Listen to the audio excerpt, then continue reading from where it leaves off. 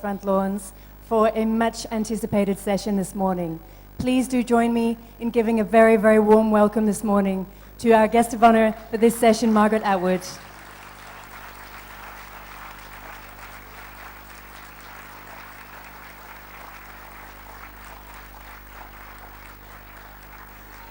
Margaret Atwood will be appearing in conversation with Naomi Alderman, and this session is presented by Amity University.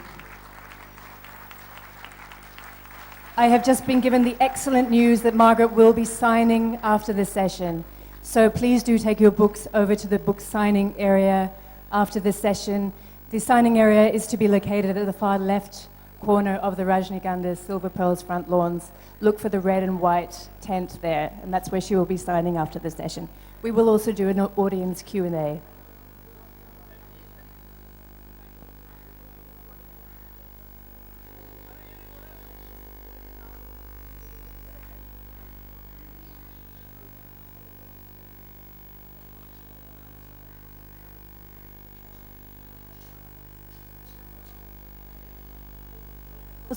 Also, if anybody is going to try and take a photograph of him or herself with Margaret after the session, I am going to formally request that you do that at the book signing area and not before. Thank you.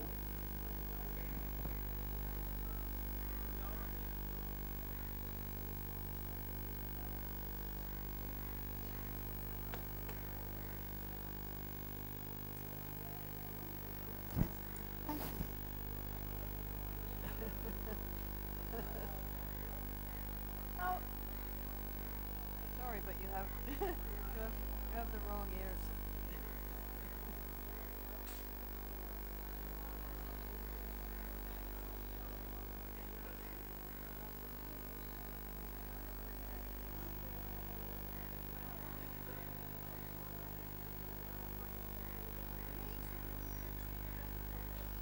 Just give me a second, let me go.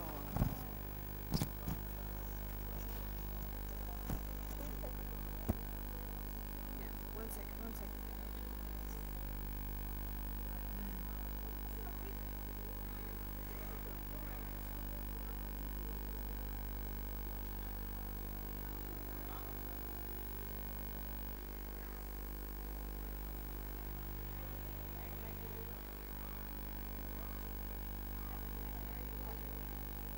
No, you've confused everything by having ears. by having hair.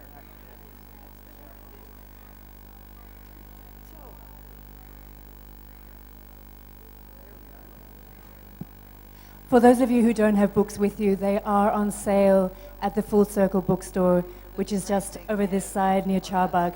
So do go and collect a copy after the session and make your way to the signing. Margaret will be signing for a little while, so there will be time for you to make a purchase before taking it to the book signing area. Oh, that does seem to be working. Is yours working? I'm not sure. No. Oh, no. I have confused matters here by having apparently unusually shaped ears. Is mine working now?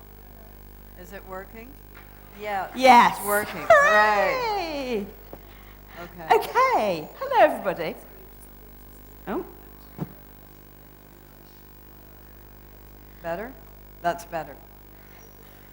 Much better. There. We're in business. Hurrah. Hurrah. All right. Margaret Atwood is a writer who needs no introduction. However, despite that, I'm going to introduce you.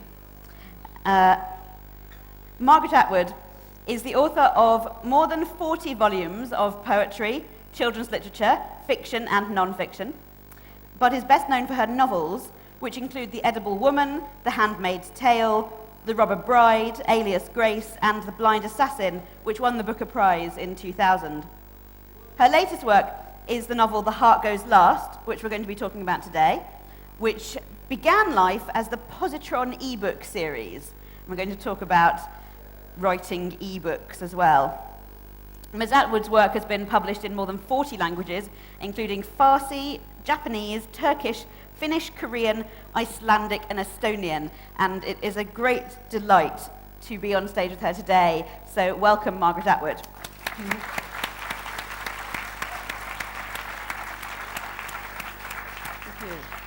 Shall I introduce Naomi? Yes, I'll introduce Naomi. Naomi Alderman was my Rolex mentee in the Rolex mentorship program about 3 years ago. Yeah. And she is a novelist as well. She has published four yes. novels, with a fifth about to come out this fall. Correct. Correct. And it will be a doozer of a novel, because I've read some of it.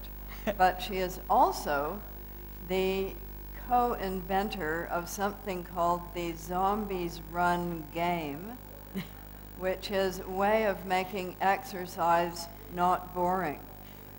And with the Zombies Run game, you download it into your iPod, and then you do your exercising, and it tells you a story in which you are always runner number 5. And you are runner number 5. You've been sent out to pick up the water bottles, Band-Aids, and old boxes of crackers desired by your embattled humans who are living in a zombie-infested world. And you're running along, and your dispatcher is saying, runner number 5, all is clear, go ahead, pick up the water bottle, collect the Band-Aids, etc. And then it will say, oh no, I don't know what happened. There's been a terrible mistake. There's zombies all around you, run! And then you have to go faster. And if you, if you don't go faster, there are consequences. Yes. So I just refer you to that. You can find it online. So you can see why I chose Naomi out of a cast of thousands to be my Rolex mentee. I actually wanted to learn about zombies. That was motivation. So I learned things. I don't think Naomi learned anything, but nothing. There was nothing to learn from you, Margaret. Nothing. I don't know why you would think there would be. I took her to the Arctic. I took her to the Arctic, where she had a life-changing experience and acquired some red moose hide mittens. Is this not true? It is true. I did not bring my red moose hide mittens with me to India, however. No. I felt they would be out of place here. You never know. It's true. It's true. What with climate change? They're red. It's a Yeah. very popular color. That's true. That's true. You took me bird watching in Cuba. I did take you bird watching in Cuba. You saw a bird. At least one. At Yes. least one bird was seen by me. Yes. And you have appeared in my zombie running game. I have. I've made a guest appearance in the zombie running game. And in my guest appearance, Canada has been out of communication with England for months because of the zombies. I mean, No, we're all they- aware, yes, right, that the zombie apocalypse is imminent. So, Well, it I was hope imminent everybody's... several years ago. I think it may have come and gone, and look at these people. You know, it's already happened. Anyway, there I was. I was in the CN Tower, which is a very large structure, because zombies can't climb stairs very well. Just keep that in mind. And then zombies go up. And so there I was, and we had reestablished radio contact. And I was describing what had become of Canada under the zombie apocalypse. The entire government had become zombified. This was under the Harper regime. It's come back to life. In fact, we have a prime minister that is so cool, we can't get used to it. Canada's not used to being cool, except in temperature. Yeah, so we keep saying, when is this going to, when do we have to stop living up to being hip? Which is terrible responsibility. Anyway, there I was, and not only the government had gone, but the entire NHL hockey, all of the hockey teams, zombies on skates, you know, it doesn't work. So it was a great tragedy. Yes. But that's enough of the zombies. Is that enough of the zombies now? I think for now, Yeah, yes, for now. unless you want to add to that. Well, I was going to say, we had a great response to having an episode with you in. People love it. One person wrote to me and said, why are there all these cliches about Canada in here? We're not all ice hockey players. And I wanted to write back going, Margaret Atwood wrote this. You're not all ice hockey players, but you're almost all. So listen, do you want to talk about your book at all, or like your writing? My writing. Yeah. Yes, let's talk about that. Yeah, should we do that for a bit? Would you like to read us some of your new book, The Heart Goes Last? Yes, I will set the stage for you. On the cover, you have two orange people, and one of them is Stan and the other one is Charmaine. And when they presented this cover to me, neither of them were smiling. And I said, make Charmaine smiling, but Stan not. So they did. And that gives you a hint. Charmaine is generally a chirpier person than Stan. But Stan, except for moments when he gets carried away romantically, is more of a realist than Charmaine. Yes. So in the world of The Heart Goes Last, which I did in fact begin as an online serial, there has been a financial collapse, sort of like 2008. In fact, very similar to 2008, only bigger. And Stan and Charmaine, who used to have a nice house and jobs, find themselves without their house and their jobs, and they're living in their car. And that is how the novel begins, but then they're offered an alternative lifestyle inside a social experiment called the Positron Project. And the Positron Project, you live inside a town which has a big wall around it, because once you're in, you don't get out. You sign up for the duration. And inside the town there is a prison.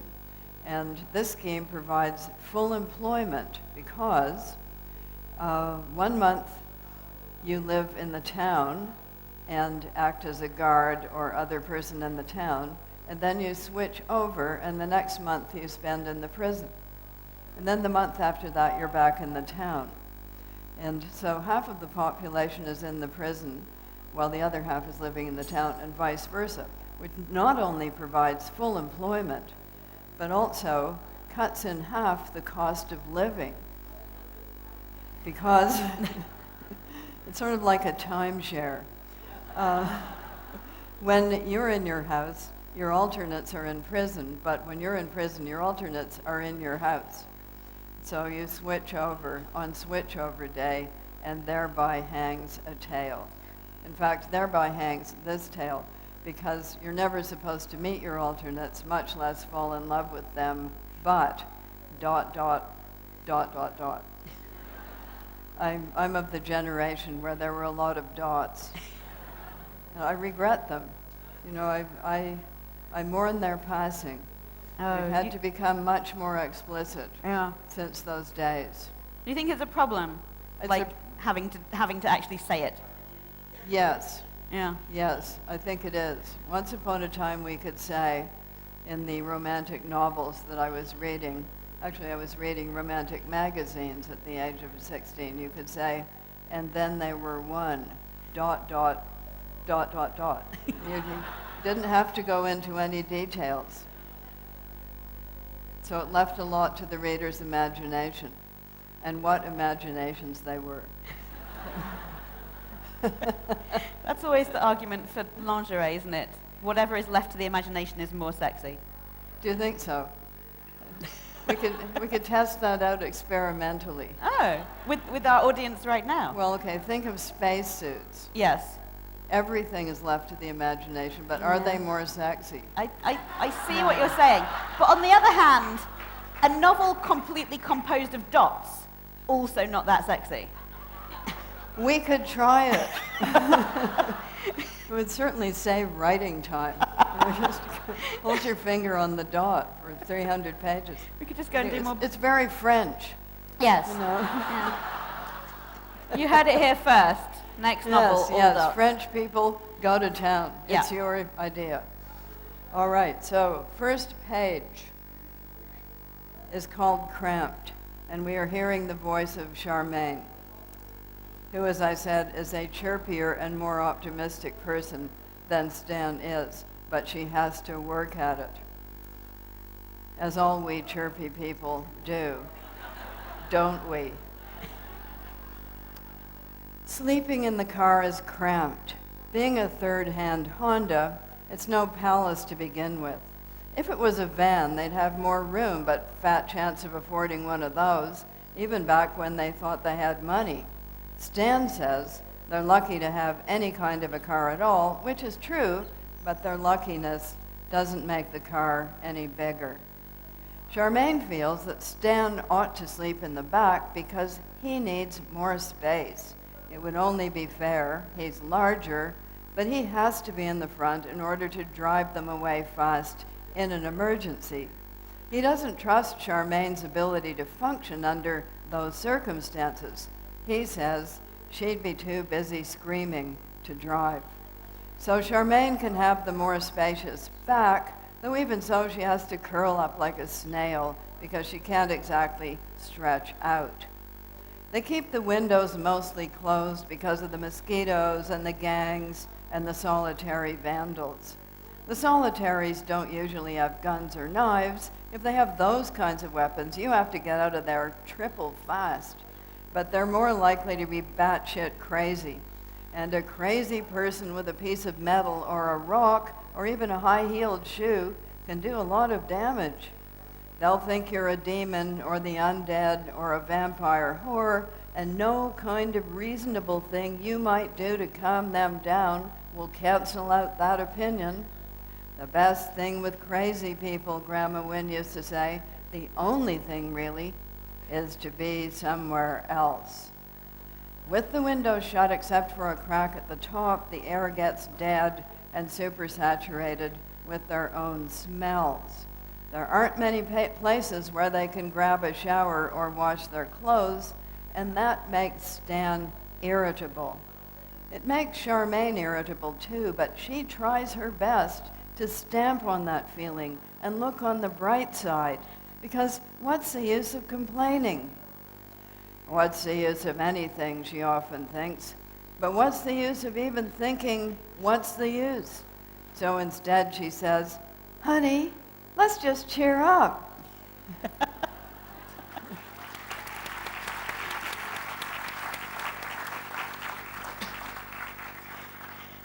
Oh, that was great. Can you tell us a bit about how this book started out? So there's this dystopian world. Where does this particular dystopia come from? Well, I think that everything I write and everything that everybody writes ultimately comes from real life.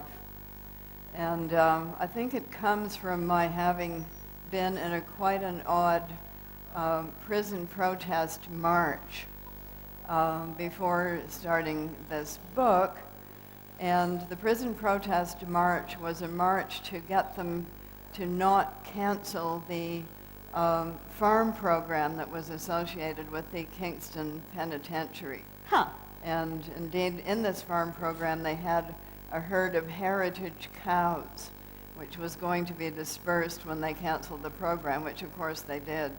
But I found myself in this march with a lot of, I won't call them elderly hippies, but I will call them highly motivated, idealistic people, such as myself, and a donkey called Stormy the Donkey. Anyway, thinking about prisons and having written Alias Grace, which was set in that very same 19th century penitentiary, and having visited a number of them, particularly in Australia, which, as you know, started as a penal colony, it starts you thinking about what are these for? You know, where did they come from? Why do we do this? Why do we put people inside buildings? what did we do amongst the hunter-gatherers when there was no permanent architecture? Well, as it turns out, we didn't have prisons then because we didn't have buildings. So basically, they just killed people. If they were a threat to the community, they killed them. There wasn't much else you could do. But then we got architecture, and you can see it happening in the Oresteia when we moved from death by furies to trial by jury. Some people may think that's the same thing, but it was a change. And then moving on to the notion of prisons for profit. And there aren't any prisons for profit in Canada, because Canada is such an agreeable place. They're not quite prisons for profit, although somebody's making money out of them, of course. But in the United States, there are actually some pretty big prison for profit, privately run establishments. And the problem with those is that you don't really make your profit unless you keep the prisons full. So it is an incentive to produce more criminals or to criminalize more activities. But who ultimately pays for that? Well, actually you do. So all of that thinking went into it, plus the knowledge that in some of these, particularly upstate New York or, say, Michigan towns, the prison is the only real industry left in the town. It's a Rust Belt phenomenon, among other things, and also a Deep South phenomenon. So there's a great political incentive to keep it going, because if you close it down, a lot of people in the town then lose their jobs. So all of that thinking, and I thought, well, how could we perfect this system? By making it full employment, jobs for everyone. And the solution turned out to be 1 month in, 1 month out. The only problem is you have to get rid of the real criminals because they're too disruptive. So I'll leave you to read on and find out what happens to them. Potentially a hunter-gatherer style solution there. Oh, no, Naomi, not quite. Remember, it's for profit. Something profitable happens to them, not profitable to them. So it's interesting. The Heart Goes Last is set in the United States, Yes. rather than in Canada. Canada's a difficult place to set real dystopias because, Say as why, we have yes. just seen, Canada's too shrieking nice to go all the way. When it looked as if we were heading that way, all sorts of Canadians got together and formed citizens activist political groups and diselected the former government. So we owe our new, hip, sexy prime minister to a lot of citizens activist groups who didn't necessarily want a cool, hip person, but they wanted not to have the person that they previously had. And that sentiment was quite widespread. And you even saw scientists forming activist groups. Can you imagine such a thing? Because the scientists employed by the federal government, paid for by the public, were not allowed to tell the public what they were discovering. Even to the point of Viking artifacts. Apparently we weren't supposed to talk about Viking artifacts because it might have given the dreaded Norwegians a claim or defend against them. Yeah, so some rather odd thinking was going on in the higher reaches of government. Is there much danger of Norway invading Canada? You never know. You can't be too careful. There were no Vikings. We're not allowed to talk about them. Yeah, so it was like that. Weird. Well, so it's really interesting because, of course, you are a tremendous champion of Canadian literature and Canadian writers. Does it suggest that you need somewhere to be a bit nastier, though, for some writing? Well, I think the writing itself is quite nasty. So it's not in the Canadian writing that the niceness of Canada, in fact, there are a lot of areas of Canadian life in which you don't see this fabled Canadian niceness. But I think the previous government had gone a step too far in the other direction for the average Canadian, who didn't recognize him or herself in that kind of model, as it were. So to come back to the novel slightly, I know that when you write dystopian fiction, which this is not your first one. This is not. No, No, it's not. This is well, should we talk a bit about dystopias? Why write a dystopia? Well, once upon a time, I think utopias and dystopias both are blueprints in which the reader thinks, first, how would I do? Sort of like your Zombies Run game. How would I make out? Would I be able to run fast enough to get the water bottle, etc.? How would I work it out in such a situation? And I think a lot of this comes from having lived in the 20th century. People lived through World War I, but more particularly through World War II. And there's a lot of imagining that goes on, like what would I have done, etc. And we all have pretty heroic ideas of what we would have done, which are probably quite false. We probably would have done less heroic things and been more subject to fate than we like to imagine. But that kind of imagining. In the 19th century, there was a huge spate of utopias, thousands, literally thousands of them. And utopian communities also were set up then.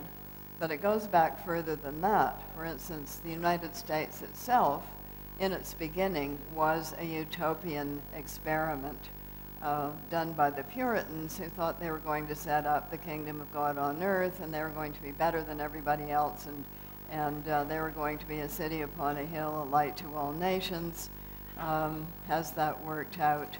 Not entirely, although in some areas, such as Coca-Cola, it kind of has.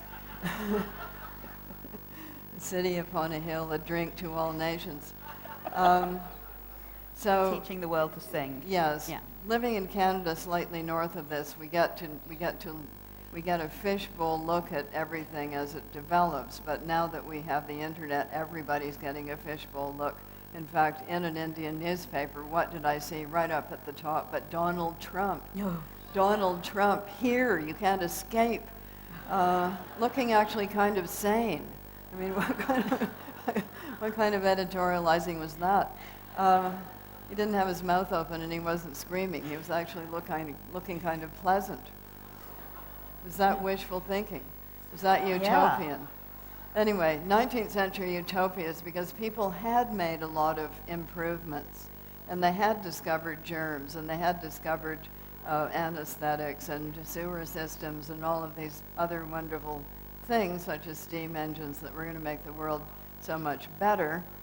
But that was not sustainable once we'd had World War I and indeed World War II. You couldn't think in such positive terms and be believed. I have to say, H.G. Wells was there first.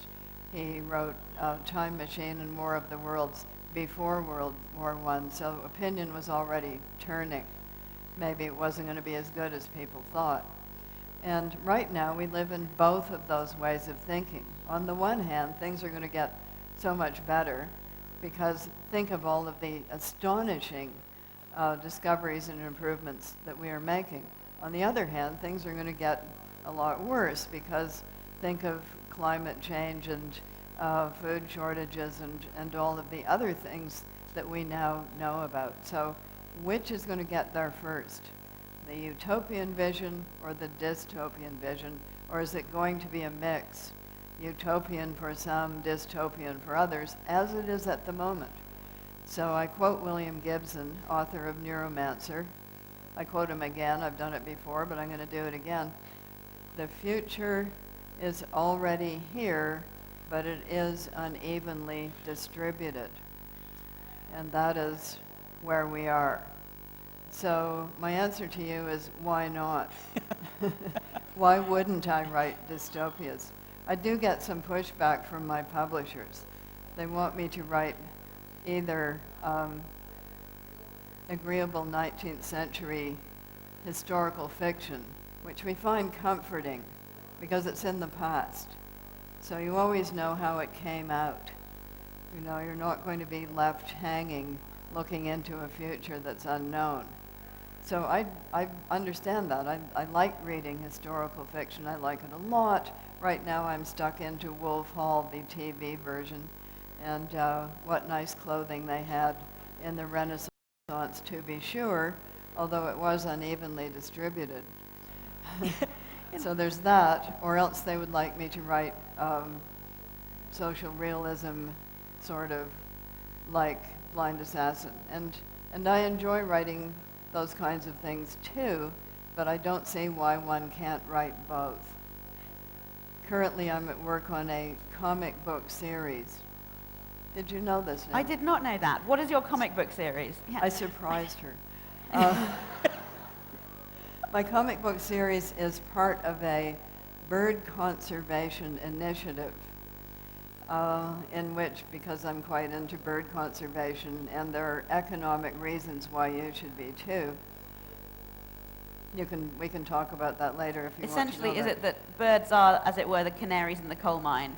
Birds are the canaries in the coal mine, but they're also essential to forest systems, and as it turns out, to fish.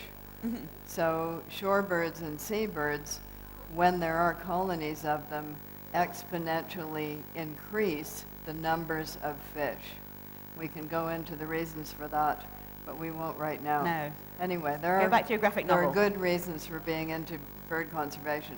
The big killers of birds, apart from habitat destruction, are glass buildings with the lights on, but above all, in North America, it's cats.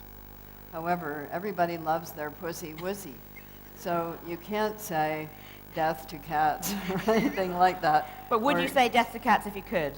No, I wouldn't, because I've always been a cat person.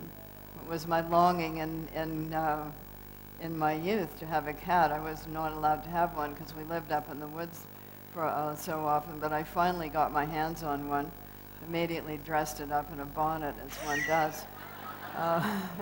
And I've had them through the years very constantly, so I know and understand them and their, I won't even call them owners, the people upon... Servants. Yes. Yeah. The people upon whom they are parasitic. I understand that. So how do you deal with that? And conservation organizations have tiptoed around this subject because they don't want phalanx of rabid cat owners sending them death threats, basically. So I devised a superhero called Angel Catbird, and if you put Angel Catbird into your search engine, you can even see the picture of him, because I have a very good illustrator. His name really is Johnny Christmas. Didn't make it up. That does sound like a gangster name. Yeah, so I'm emailing back and forth with Johnny Christmas saying, could you put some pants on him, please? What shall the pants be like? No, I don't like those pants. Let's make them feather pants. So we did quite a bit of that. And Angel Catbird is the result of a collision between a cat, an owl, a car, and a genetic super splicer. Yeah, these are very, very common accidents these days. They are. It used to be a vat of chemicals. Mm. I mean, I didn't go all the way and have the Superman solution of another planet. I didn't do that. But I go way back with the comics. And I was, in fact, a child of the comic book generation. And I can remember all of the ways in which one becomes a superhero. There are so many. There are a lot. Yes, you can be bitten by radioactive spiders. Yes. Yes, you can be exposed to gamma radiation. That too, but Yeah. that's kind of old hat. So what does Angel Catbird go around doing? Well, first of all, he has an identity crisis. All right. Yeah, half cat, half bird. Do I save this or do I eat it?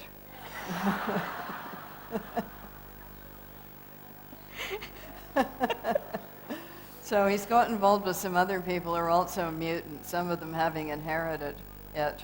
And one of them indeed is called Count Catula. And Count Catula is a combination of a cat, a bat, and a vampire. Right. We like him. Yeah. Yes, I've got the picture of him already. He looks very good. He has a mustache and an outfit, you know, sort of Transylvanian-looking outfit. And there's a super villain, but we won't go into that. That's coming out in September, so look forward. But it's all part of this cat awareness program, and we'll give you helpful hints about that. All of this makes me want to ask a sort of broad question about your career, where you've already talked about how your publishers would like you to maybe write modern realism or 19th century novels and not be wandering off into dystopias. But you're also somebody who has clearly read incredibly widely. Not, you know, one can obviously discuss 19th century Russian novels with you, but also Ray Bradbury and also talk about comic books. I suppose I have two questions. One is, what do you think of those sort of distinctions people make between high culture and low culture? That never happened until fairly recently. But having gone to university in the days of Northrop Frye, the literary critic who was one of my teachers, he didn't make those distinctions. He said people should read whatever they want. He was then quite happy to point out the archetypal similarities between, for instance, Superman and God. You know, which is high, low, whatever. Well, Superman and Moses, certainly, being put in a basket and sent off down a river to another planet / Pharaoh's palace. Very good, Naomi. Thank you. Yeah. You get an A. Yeah, thank you. Shall I do another one? Yes. Hamlet and Batman. The avenging of the parent. Yes, exactly, yes. And the fact that the avenging of the parent, the attempt to avenge the murder of the parent, sends you absolutely crackers. You think Batman is crackers? Well, I think he's bats. I think he's got bats in his belfry. And the Joker is the smile that Batman cannot crack. So basically the Joker is the man who smiles and is a villain. Okay, now... Very good. Thank you very much. What about Catwoman? Who would that be? Ophelia after death? Who would Catwoman be? I'll come back to that. Yeah, think about it. Yeah, I'll think about Yeah, it. maybe it's from a different play. Yeah, Maybe it's from a different author altogether. maybe. Oh, Maybe well. it's from some other archetype, Catwoman. Might be, yes. Yeah. Anyway, so therefore, I've never been too worried about those distinctions, but also having grown up in the woods in northern Canada where there was no television, no theater, no schools, basically no other people. But there were a lot of written materials. So I did learn to read quite early, partly so I could read the funny papers, so other people wouldn't read them to me. And then nobody ever told me not to read a book. So I just went through whatever was there, which was quite a mix, including a lot of those lurid Dell mysteries that used to have the eye on the spine and the keyhole, you know. And inside there would be a map. You know that game Clue? Came from that kind of detective story. So Mr. Green and the conservatory with a pipe wrench, because there always was a conservatory. These were country houses.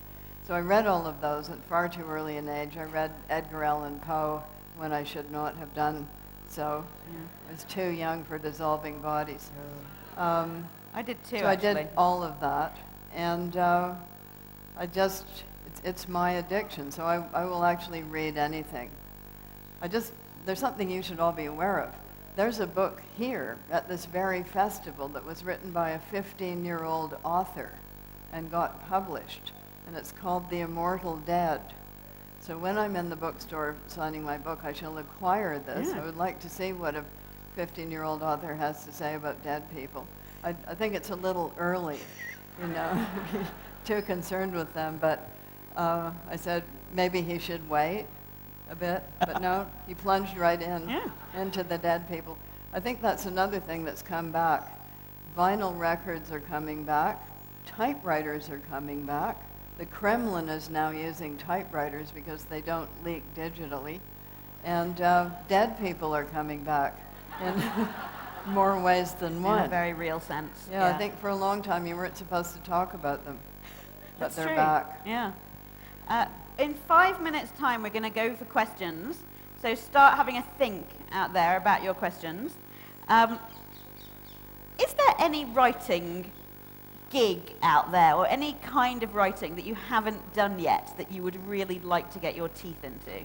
There are a number of ones that I haven't done yet, but those are not ones I would like to get my teeth into, partly because I know I wouldn't be any good at them.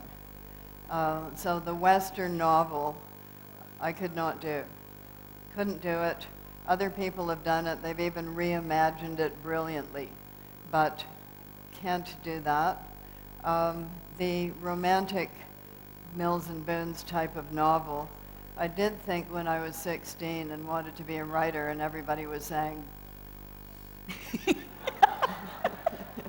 how will you make a living? So I decided. How's it gone?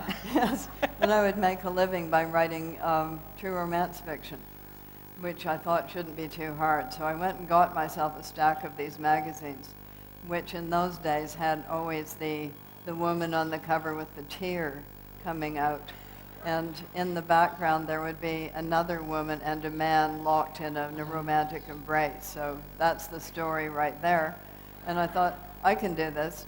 So I set out at the age of 15 to do this. I could get the plots. What I could not get was the dots. You know, I just was couldn't do it, could not do the dots. That's why my obsession with dots. It's a challenge that I failed to meet. So that, I can't write classic science fiction. I can't do the other planets. Right. Not good at it. Other people are. I will therefore read their brilliant books about other planets, but I can't write them myself. And I can't write fantasy. Not good at dragons. Right. Dragons anyway, the epitome, the high point of dragons, it's in Ursula K. Le Guin. Best dragons. Game of Thrones dragons, not even close. They're basically flamethrowers. They don't have conversations. Yeah.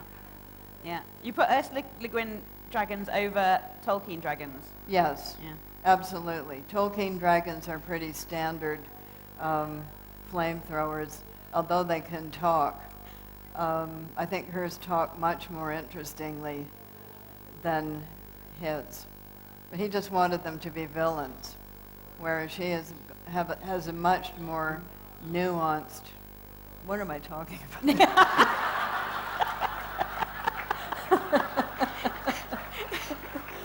Her dragons are more Proustian. Yeah. But that's the Northrop Frye position, right? Where Pretty much. Read anything. Yeah, And read then anything. Make of it what you will. Yeah. And what he always said about children is let them loose. You know, let them read what appeals to them and that they find interesting, and they will then discover as they grow out of, or maybe not, they will discover other books. Whereas if you put them off books completely by telling them it's all hard work, they will never get to those other books. Now, okay, before we go to questions, And that's why I support Wattpad, which is the online platform where you can write, where kids, a lot of kids actually are writing their steamy vampire and dragon stories and putting them up in serial form.